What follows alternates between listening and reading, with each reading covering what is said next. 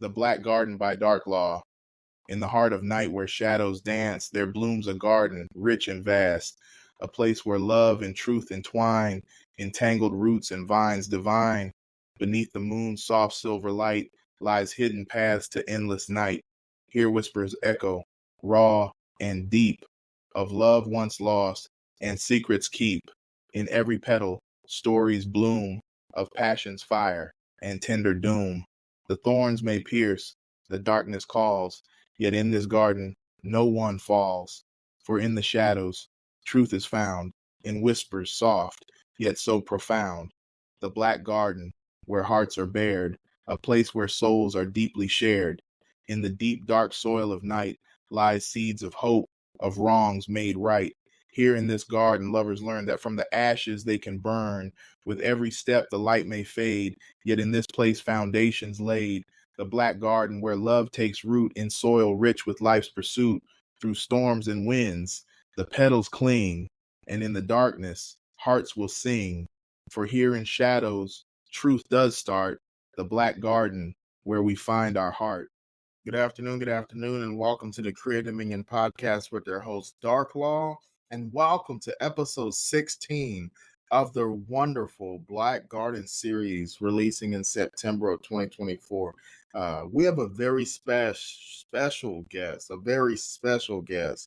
for you all on this journey inside Black Garden. And we have Mrs. Paola Rosser out of California. The West Coast is in the house. How are you? I'm doing good. I'm excited to be here. Awesome. Very great to have you on the Creative Dominion and Inside Black Garden. But before we jump inside, why don't you tell the audience a little bit about yourself? I am the founder and CEO of the Fearless Female Movement. I'm an emotion and body code practitioner, and I'm a life and spiritual mentor for women, especially women who are at the beginning of their healing journey and are trying to find themselves and figure out what their purpose is in life. Awesome. And so welcome, Paola, to the Black Garden. And so as I start off with every episode, again, we're winding down season 1 of the Black Garden. Again, this is episode 16. And before we jump inside Black Garden, I just want to let everyone know that is viewing and listening that everything that's said may not resonate with you. Again, this is from Paola's personal experiences and knowledge as well.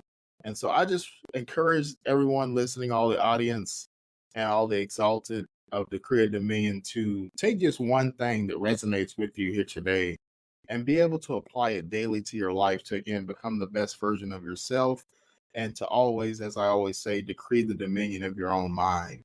And so as we join inside the Black Garden, I hope the thorns inside don't prick you too much. So again, I always say, bring your Band-Aids and your peroxide because every episode on the Creative Dominion, especially in the Black Garden, we do hit home on the darkest parts of ourselves to reveal the true light that shines. And so with that being said, welcome inside Black Garden, episode 16. And so first thing we'll start off with is what inspired you the most to get into spiritual practicing and coaching for women? Gosh, that's a long answer. But I would say that my spiritual journey began in 2006. My father had passed away unexpectedly from liver cirrhosis. He had been an alcoholic all of his life. And me growing up, my father was just always healthy, always happy. I hate saying that he was an alcoholic because people tend to think that, he was like drinking out of a brown paper bag on the corner, but my father was a workaholic and he drank basically because, growing up, we're Mexican, so we didn't get taught how to regulate our nervous system. So alcohol was one of the things that my father learned, by, absorbing and observing other people on how to regulate their nervous system. He was here in America, didn't know the language, was trying to run a business. He had 7 kids. He was making $13,000 a year, and he was surviving, to say the least. I was his seventh child, and I grew up with my mother, who was physically and emotionally abusive. She would literally tell me to my face, I never really wanted you. And as a child growing up, if you've ever grown up in an abusive, emotional, physically, even sexually environment where they're abusing you, the child doesn't look at their abuser and say, "Oh my God, why are you doing this to me? There's something wrong with you." In fact, the child looks at themselves and says, "What's wrong with me?" And so that was my subconscious belief system, that there was something inherently wrong with me because my mother was physically and emotionally abusive towards me. And I just tried everything in my power to try to make her love me and see me and understand me. So I became a straight A student. I was on honor roll. I was a cheerleader, and still none of those things made her change or love me anymore. My father was the only person that would tell me that I was this princess, that I was beautiful, that he cared about me. So when my father passed away, it was a very big emotional blow to me. And even though I was 26 at the time, it was like the only loving parent I had was no longer in existence. And when he passed, I had felt like the deepest grief. It was in 2006, and it was the worst year of my life because not only did my father pass away, but I had left a narcissistic and toxic man who was abusive towards me. And we lived together in an apartment. I was 26, he was 24. And it was as if I was going through like a mini divorce. You get those DVDs, you get the bookshelf, I get the TV, it was a mini divorce, and I was broken inside. And at that time, I didn't know about like the different fight or flight mechanisms. And at the time, I was using flight as a way to run away from my problems. So I had left the apartment that I was living with my ex-boyfriend. I packed up all my stuff, moved in with my sister, and then 3 months later, my father passed away. So what did I do? I packed up all my stuff and I left again. And now I'm in a new city. And even though I was running away from my emotions were still there. As much as you try to run away from your problems and the grief and the pain follows you. So I was in this new city. I had no job. I had no friends. And I was waking up every single morning at 4, 3, 2 in the morning. I couldn't sleep. My mind was racing a million miles an hour. I was trying to figure out life. And I seriously contemplated unaliving myself many times because the pain was just too grand. My heart felt like it was being ripped out of my chest. And I had no real guidance. And I was trying to go to church. I did go to church 3 times a week. I was part of the women's ministry. I was part of the children's ministry. I think I said the Lord's Prayer 10 times to ask Jesus into my heart, and it still did not minimize the pain that I was going through. And so I was like just lost. And during all of this chaos that was going on in my life, I lost my job. So now I'm unemployed in a new city with no friends, no real family, and I was severely depressed. I was so depressed, and I mean, I was even more contemplating not being around. And I had a friend who gave me the book, The Secret. And it still baffles me today that some people have never heard of this book or have watched the movie. But when she gave me the book, The Secret, and I read it, the first thought that came to my mind was, well, this shit isn't going to work for me. I'm Mexican. Like, this may work for white people, but it may not work for me. Because I had grown up with the ideology that Mexicans were of a lower class and that we worked for white people and that we'll always be living paycheck to paycheck and that it'll always be this way and you'll always struggle and that life is a struggle. It just was always my ideology. But I just, for something nudged me to say, just test it, try it out, just see if it works. And so in the book, The Secret, it really talks about how your mind and your thoughts become your reality, how you speak about yourself, how you speak about your life, and that you can visualize whatever it is that you want in your mind and then put it in your hands. And so I was like, okay, I'm going to give it a test. I'm going to try it out. I'm just going to see if I can get the front parking spot at Walmart or if I can get, a $10 coffee. And the more that I put it into practice, the more that it was starting to work in my life. I got a new job. I got new friends. I got a new car. I got, all the things that I was putting in like my vision. But unfortunately, my friends were still toxic. My boss was toxic. I was using alcohol to cope and regulate my nervous system. And I was still attracting these toxic men into my life. And so fast forward, I've been doing this for years now because I got the book in 2008. So I was 28. Now I'm 33 and I'm with another guy who is choking me outside of a restaurant because I caught him cheating on me. And in that moment, as I'm being choked out on the side of a restaurant, I thought to myself, how am I here yet again with yet another man who is being disrespectful, who is cheating on me, who is like choking me out? And it was just like this aha moment of, you're doing it wrong. Like you need to wake up, because at that point I had already gone to therapy. I read a couple books about narcissistic men and narcissistic tendencies. And so I'm thinking I should know this stuff by now. It should have already clicked. I shouldn't have been able to attract this man, but yet here I was being choked out on the side of a restaurant. And I'm like, I have a college degree. I live by the beach, which is a very expensive area to live by. I make almost six figures. I drive a nice car. How am I on the side of a restaurant being choked out by this man who literally makes $13 an hour and is renting a room from his friend? Like, how am I here? And after that incident, I remember I took an entire year off. I became sober. I went to church 3 times a week. I was reading the Bible. I was like trying to figure it out. I remember there was many times that I was just like literally crying. And I lived in a small studio apartment. I was unemployed. I was drowning in debt, single, and I was going through another deep, dark night of the soul. Like literally crying every day and asking God, why did you do this to me? Like, what is wrong with me that you allowed me to go through so much torment, so much pain? Because it wasn't just my mother's abuse. It was friends who abused me. It was bosses who abused me. It was boyfriends that abused me. It was like I was always attracting these negative scenarios and negative things into my life. I had been unemployed many times. It felt like I was just like struggling in life. And at that point, I was trying everything to make money. So I was like walking dogs, selling hot dogs at the Anaheim Stadium. I was cleaning houses. I mean, I was doing everything I could just to survive. And I was sitting there thinking in my small studio apartment, like, how did this happen to me? Like, I have a college degree. I did everything that they told me to do in school. I checked all the boxes. I should have a good corporate job. I should have stability. I should have money in the bank, but I didn't have any of that. Instead, I was drowning in debt. And I was like, God, why did you do this to me?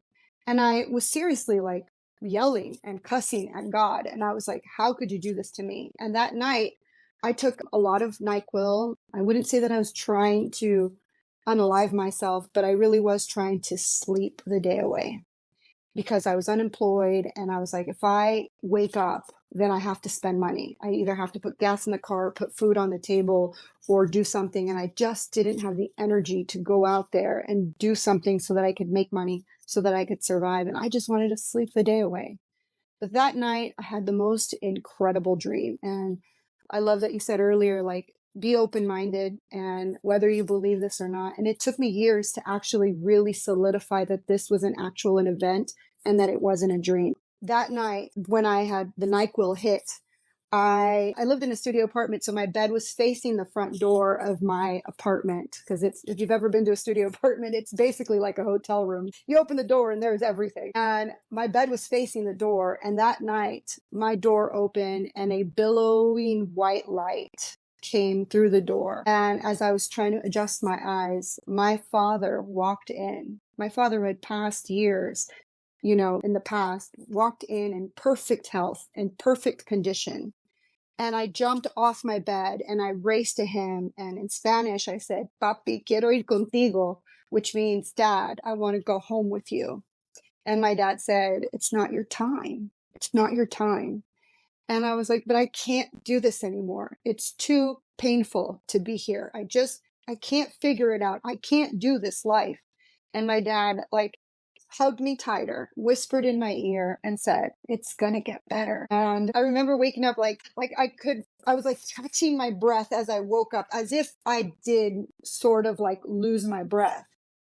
And in that time, it was as if you've ever heard the saying, when the student is ready, the teacher will appear. It was as if in that moment, I was ready to receive the knowledge that was needed to be given to me. Within the couple of months, I started to watch Oprah. At the time, she had just started Super Soul Sunday. And I remember one of her episodes, she said, one of the biggest things that changed my life was to start a gratitude journal.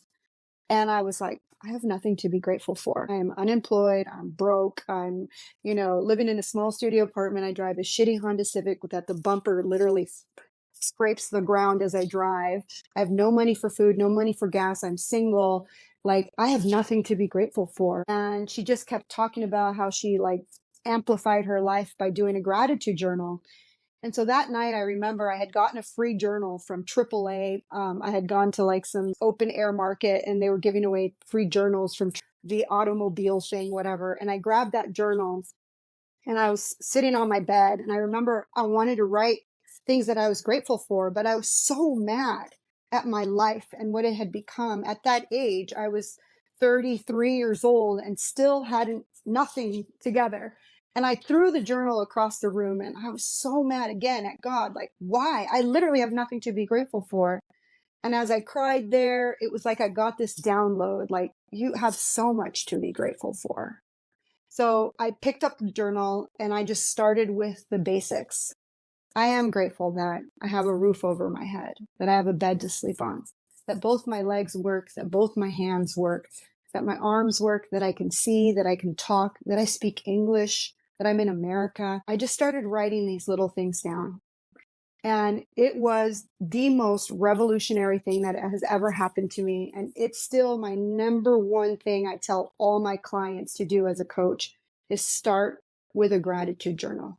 And I've learned throughout the years, now I've been coaching for almost 7 years, that gratitude is the law of increase. When we can be so thankful for the smallest blessings like running water, which, almost 70%, 60% of the world doesn't have running water, doesn't have a flushing toilet, doesn't have a bed to sleep in or a roof over their head. If we could just be thankful for the little things, that they start to increase.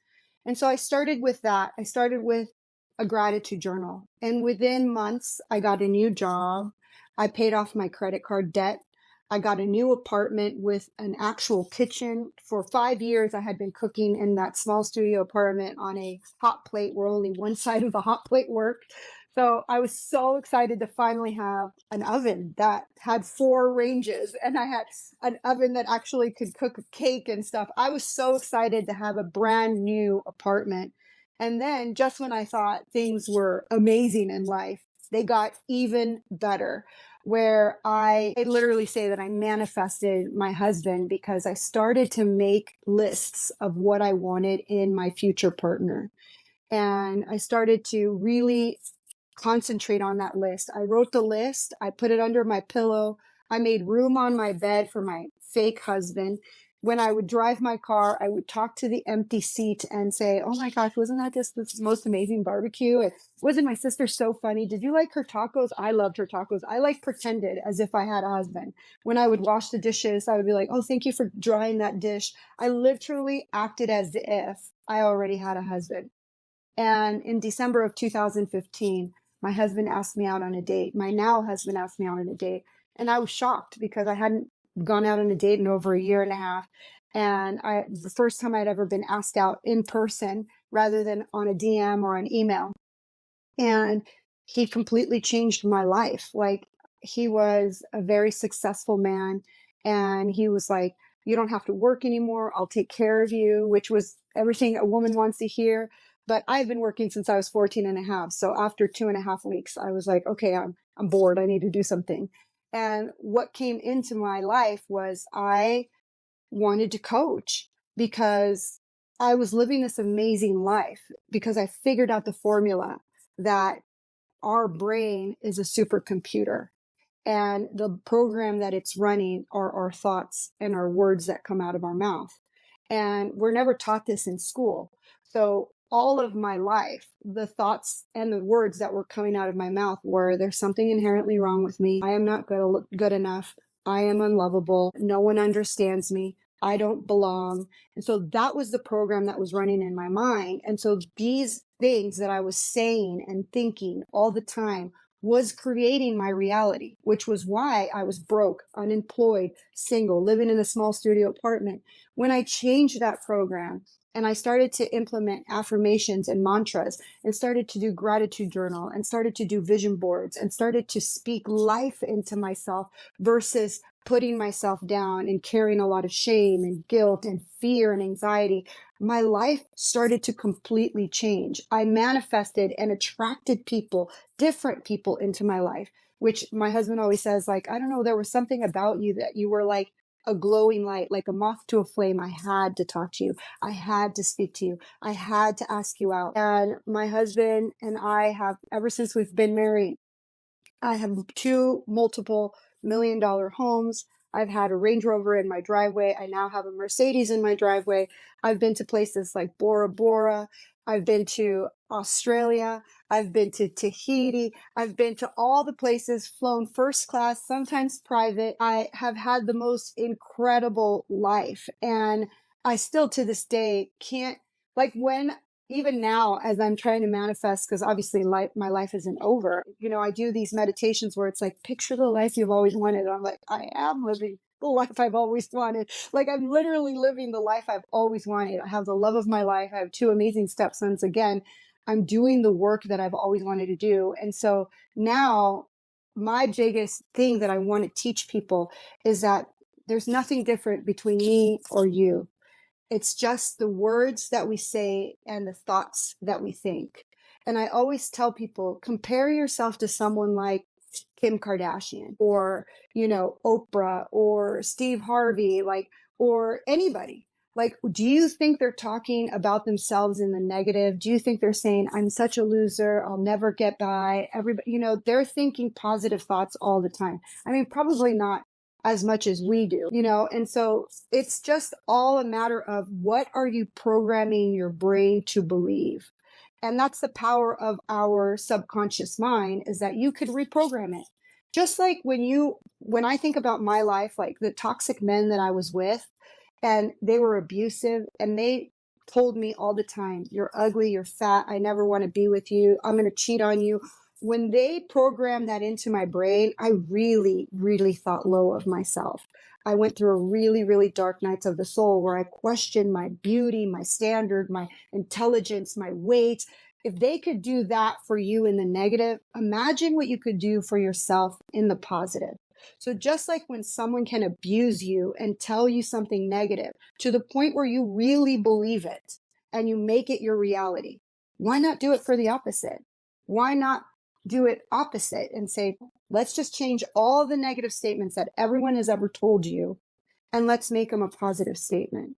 Like, let's believe that I am talented, that I am skillful, that I am resourceful, that I am beautiful, that I am intelligent, that I am. If you could think of anything that you want to be and put it on the opposite of I am, which I am is in the Bible as, God never said, I am God or I am Lord. He said, I am that I am. And you too can do things bigger and better than I can. But we haven't really tapped into that beautiful statement because there's so much pain, so much sorrow, so much abuse, so much trauma that's been poured onto us. All these limitations from not only our parents, but our ancestors and generations back of things that we have been carrying in our own life, in our own subconscious mind, that's just been passed down and passed down. Like my family, I'm first generation American. My parents are both from Mexico. Their parents are both from Mexico. Like they've all lived in poverty. They've all lived like literally hand to mouth. My dad never even got on an airplane before he died. He's never seen anything past Mexico and Southern California. Like it just wasn't a part of their ideology. It wasn't a part of what I say, their iOS system in their brain.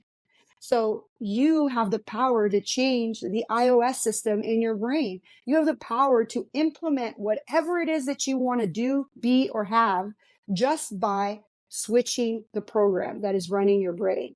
And I always tell people, If you don't know what program is running you, have a friend or an accountability partner. Just listen to how you talk about money, how you talk about men, how you talk about friends, how you talk about career, how you talk about politics, how you talk about anything. And then have that friend write down all the negative statements you say. Because I think about myself before I met my husband. I used to say, men are cheaters, men are dogs. There's no good men out there. All of the men out there are either gay or they're taken. Those were the words that were coming out of my mouth. And guess what I attracted? Cheaters, men who were unavailable, men who were emotionally inept. And so I couldn't understand why I was continuing to attract these negative scenarios into my life. But it was because of the words that I was saying and the thoughts that I was thinking. They were all negative. It was things that were passed down generation to generation. I remember my brother always telling me, you're Mexican. You're always going to have to work for the white man. You're always going to have to clean houses. You're always going to have to, make less and live paycheck to paycheck. That's just how life isn't like that. And money isn't a finite resource. It's actually an infinite resource. And we come from an infinite creator. That's where I tell my clients too, we pray to God all the time, but yet we take back our problems and say, oh, you can't handle my problem. It's too big for you. It's God. It's the divine. It's the Alpha and the Omega, the beginning and the end, the infinite intelligence, the field that created everything and everyone. And you think God can't give you your dreams, your abundance, your wealth, your everything, the love of your life? Like it can. I can't even say he because I feel like God can't be in a box, it can be anything and everything. And so I always tell my clients, like, you have to trust in the unfolding of your life, but you also have to be the co-creator of your life. God is only going to give you what you want. But if you're sitting here saying, I want a man, but then the next sentence you say is, every man's a cheater, all men are dogs, there's no one that's available except for a gay or a married man, then that's what your reality is going to be. People want to manifest, people want to dream, but then they say something, oh, I want a new house. And then in the next 15-minute conversation, you're saying, but the interest rates are really bad. And, politics are so bad right now. I just can't buy a house. Oh, it's so hard to buy a house. Well, if you think that way, then that's exactly what your reality is going to be.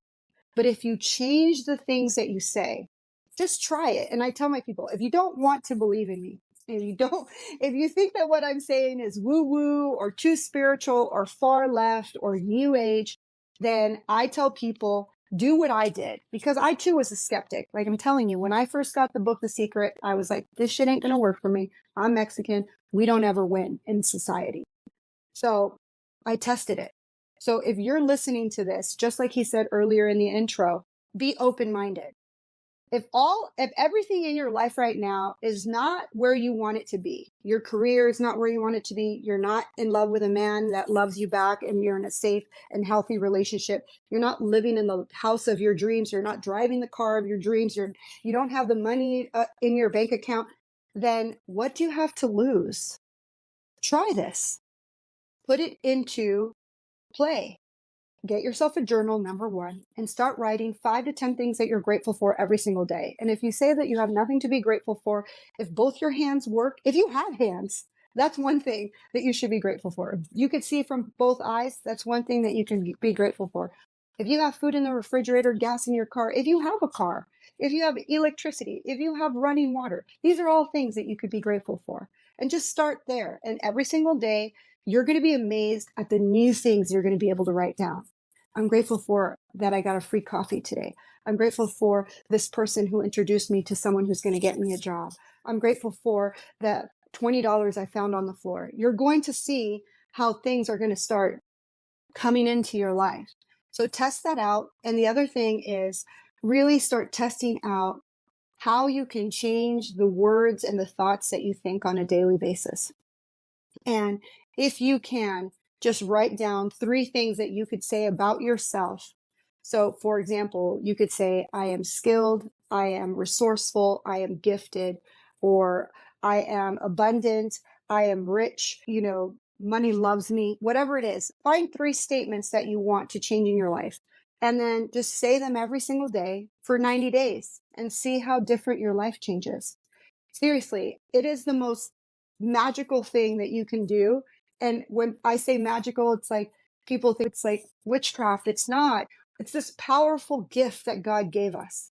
And he literally said in the Bible, like, your words, guard your heart and guard your mind, because he knew, like, the Bible has all these little sprinkles of like things that we're supposed to do, but we never really do because we're so busy feeling like the ramifications of what we've grown up with. You know, we're so busy in our trauma, we're so busy in our pain, we're so busy in our emotions, we're so busy blaming people.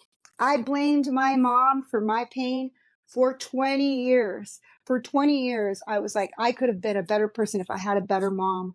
But in reality, I'm thankful now for the mom that I had, because her, like, the way that she raised me gave me the power to have this type of life. Like, I would have never asked these questions. I would have never been able to like seek a different way of living if I didn't grow up the way I grew up. And now I have way more compassion and empathy for people who grew up the way that I did, with a toxic environment, because I could say, I could get out of that environment and I can change my life. So can you. Amen, amen, amen. I, I love everything you said there. Again, thank you for being open, and again, being open-minded and vulnerable to share your story, how you overcame. And I love it because it actually goes hand in hand with two topics on my Decree and Declare mini series. It actually releases today at 6 p.m. And that is the conviction versus the commit. And I want to speak on that real quick, because everything you said throughout your personal testimony is that God gave you a conviction with that dream.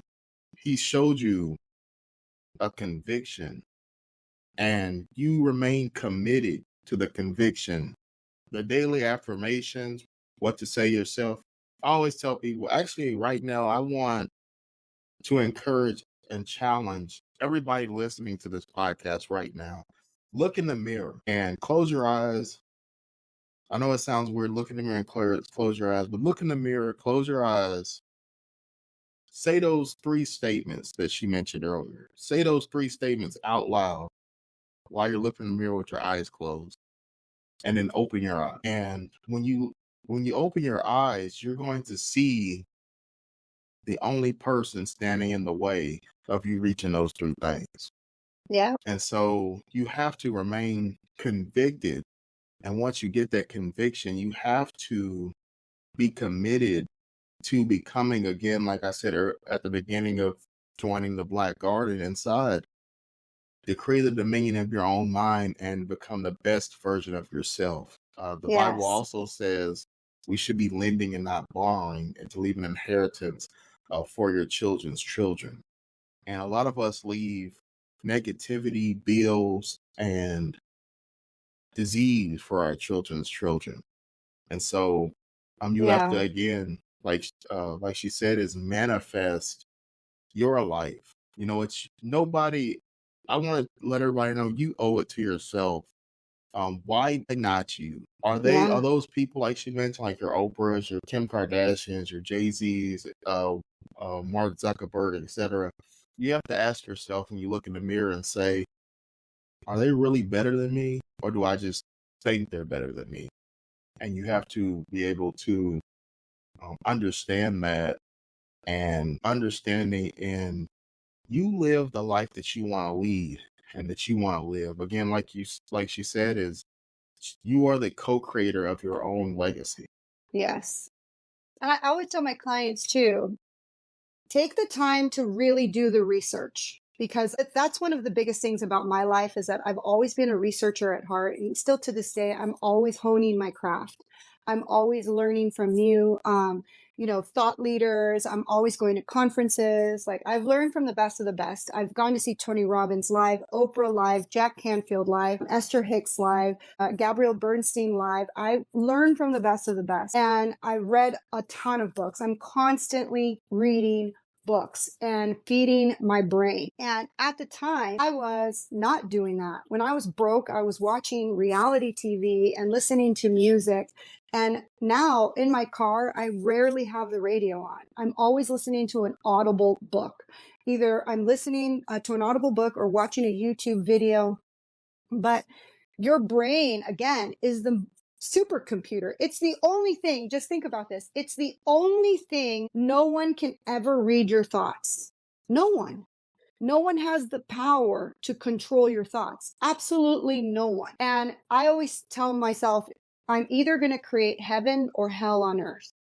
So, and how do you create heaven or hell on earth? By the thoughts that you think.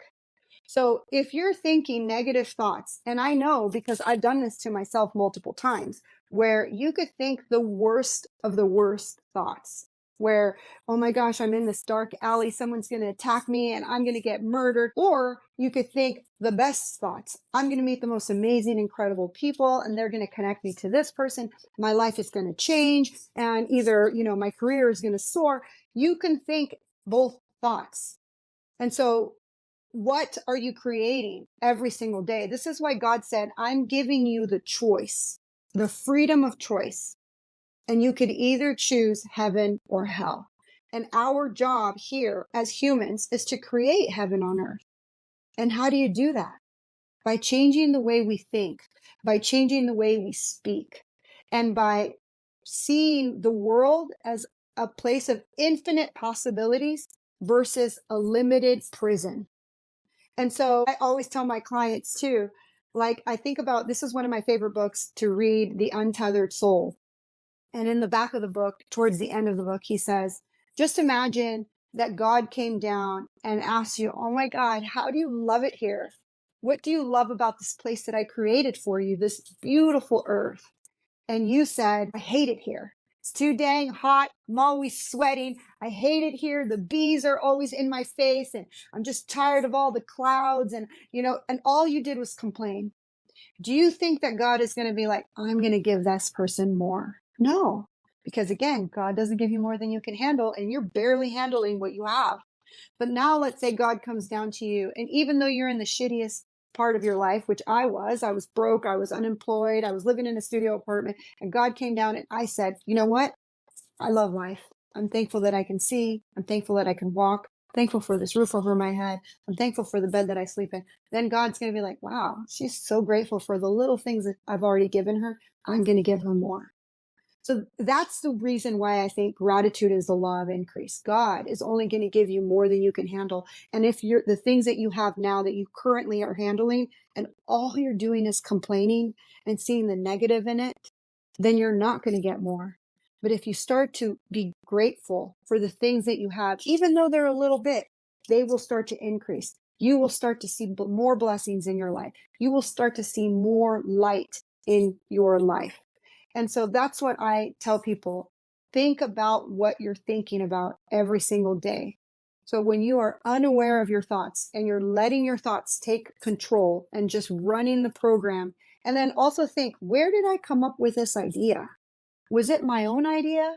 Or did my mom teach me that? Or did I hear my grandma say it? Or did my father say this to me? Who gave me this negative idea, this negative ideology that I was not good enough or that I was not smart enough? Was it a teacher that told me I'll always be bad at math? And then remove that thought from your head. When he said earlier to think of the 3 statements that you're going to say in front of the mirror, first, before you think of the 3 statements, have your friend monitor the words that come out of your mouth. And then talk about money, talk about relationships, talk about career, and talk about whatever it is. And then ask her, what are the top 3 things that I say that were really negative around each topic? So your career, your love life, your business, yourself. Because we talk about ourselves in the negative all the time. I'm too fat, I'm too ugly, I need to lose weight, or I don't like my hair, or I hate my teeth. We're always negatively talking about ourselves, which again, God gave us one thing. Love yourself, love your neighbor, and love your enemy. The biggest problem we have is loving ourselves, right? You think, no, I can't love my enemy. No, the biggest problem we have is loving ourselves. It is so hard for us to speak good about ourselves. So if you can actually spend the time falling in love with this beautiful body that carries your soul and has been protecting you and keeping you alive and nourishing your brain and all of the things, if you can love your body and love yourself, again, exponentially, your life is going to change. And then figure out what those 3 statements are that are negative that you keep repeating over and over, and then do the opposite of them and say those every single day in front of the mirror and see how your life will change. Awesome, awesome. I love that you said that because you remind me of one of my favorite books, Simon Sinek, The Infinite Game. Oh, yes, I love Simon Sinek. Yes, and he always talks about how we all pass on eventually, so we're finite players, but the game of life is infinite, and you get to choose. And so, with that being said, again, it's been a wonderful, deep, dark, and light time inside Black Garden. And so, again, Paola, you are the empowerer of women. And so, I know there's somebody listening. I know there's a woman on here like, wow, I went through the same thing, or maybe I'm going through that same darkness and dark season of, I don't feel like I'm enough. Maybe I want to unlife myself. Maybe I just, maybe you just went through a divorce. Maybe you just went through a bad breakup. Maybe you just had a close family member or someone near and dear to you that has passed on. And so what is some motivation that you can help to empower those women, and then also tell the audience where they can find you? Well, you can find me on fearlessfemale.com. I also have a YouTube channel at Fearless Female. I have a podcast called Journey of a Fearless Female. And when you go to my website, I do have a monthly subscription. It's $99 a month for coaching. And it's just an incredible subscription group where you really just get all the amazing tools and tricks and tips with me. And we get a monthly call. And so I love that because it's a small, minimal amount that people can afford. It's not some crazy amount that's like too much for people to handle, but it's just for you to get your feet wet into the self-help world so that you can actually help yourself really change your life. And so for me, my nugget of wisdom that I love to tell people is that you are powerful beyond measure. And God gave all of us the same power to choose heaven or hell on earth. And if you are not living in the heaven that you want to live in, then you really need to think about what program is running your brain. Is the program negative? Is it telling you that you're not good enough, that you're not worthy, that you don't deserve a better life? And if so, you have the power to change that program. You have the power to change your thoughts and your words. And you can do it on a daily basis. Just try it for 30 to 60, 90 days would be best. And then just watch your life transform. Awesome, awesome. And so again, as we close out here and come outside of the Black Garden, again, I hope those thorns didn't, cut you too much or tie you up too much inside the garden. Hope you didn't start sneezing and get allergic to any other flowers here. And so, again, this has been episode 16 with Dark Law and Paola. I encourage everyone, as you're listening, again, what is your why? Are you focused on your assignment? I do believe everybody has an assignment within life, and everybody has the power within you to become the best version of yourself. You are greatness. You are power. You are life. And so I speak life and encouragement to everyone listening and viewing this episode. And I also encourage you to, check Paola out. Again, she's in the West Coast area. Check out our website, check out our podcast, The Fearless Woman. Again, I just want to speak to the woman real quick. You are powerful. You are loved. As the premise of Decree a Dominion on domestic violence survivors, you're not just a survivor, you're a warrior, and you're not a victim. And I declare that you take hold inside the Black Garden. You will find the husband, the man of your dreams, or the partner of your dreams. You will become the best version of yourself, and you will continue to strive and become a woman of power, love, and a sound mind. Again, the book of Mark, power, love, and a sound mind. No spirit of fear shall trespass against you. And I encourage everyone, again, to check out The Black Garden, releasing September 2024. Again, this is episode 16. It's been fun inside the Black Garden. Again, become the best version of yourself, to create a dominion of your own mind, and let's all win together. And so this has been Dark Low and Paola. Until next time on Black Garden, thank you for coming.